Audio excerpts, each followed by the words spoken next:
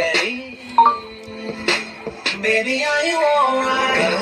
दिल में सारी मुश्किल रख यकीन just chill जेड़ा आया साडे विच I gonna kill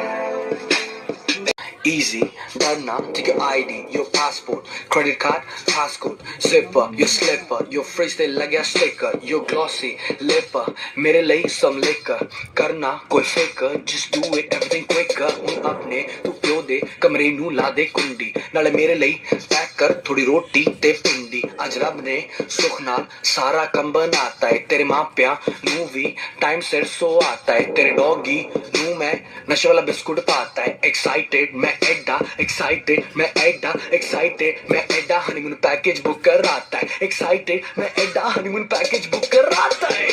तेरा सुपरस्टार देसी कलाकार